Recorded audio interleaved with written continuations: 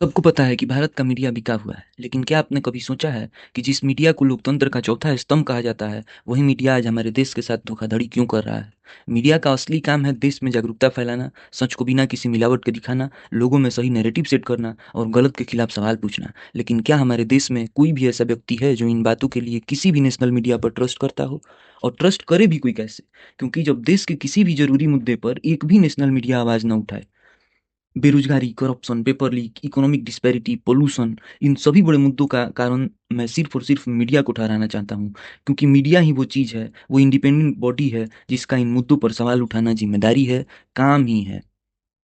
इन्हीं की वजह से किसी को भी मंत्री पद मिल जाता है, क्योंकि ये लोग उनसे सवाल पूछकर उन्हें बेइज्जत नहीं कर पाते, जिसकी वजह से पूरा सिस्टम बर्बाद हो चुका है। अगर ये लोग सवाल पूछते, उन्हें बेइज्जत करने का काम करते, तो ऐसे लोगों को मंत्री पद दिया ही नहीं जाता जिससे कि पार्टी का नाम खराब हो सके। इन्हीं के कारण मार्केट में किसी भी प्रकार का कंपटीशन नहीं बचा है।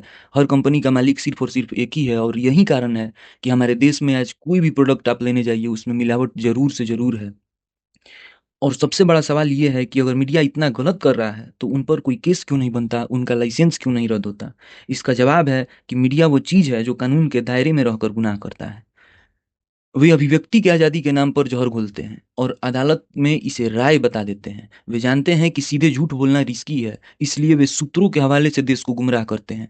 यह एक ऐसी साजिश है, ऐसी चालाकी है जिसे हमारे मौजूदा कानून पकड़ नहीं पा रहे। वे कानून की इसी ढाल का इस्तेमाल करके लोकतंत्र की नींव खोद रहे हैं। तो क्या हम ऐसे ही चुपचाप अपने देश को बर्बाद होते देखते रहेंगे? जब रक्षक ही भक्षक बन जाए, तो न्याय का रास्ता सिर्फ अदालत से होकर जाता है। हमें एकजुट होकर सुप्रीम कोर्ट में जनहित याचिका यानी पीआईएल डालना होगा। हमें मांग करना होगा कि भारत में मीडिया के लिए सख्त एथिकल कोड और लीगल अकाउंटेबिलिटी तय हो। अगर मीडिया देश में चल रहे मुद्दों पर बात नहीं करता है, सही नैरेटिव के साथ उन्हें देश में नहीं दिखाता है, तो उनका लाइसेंस रद्द हो या उन पर भारी दंड लगाया जाना चाहिए।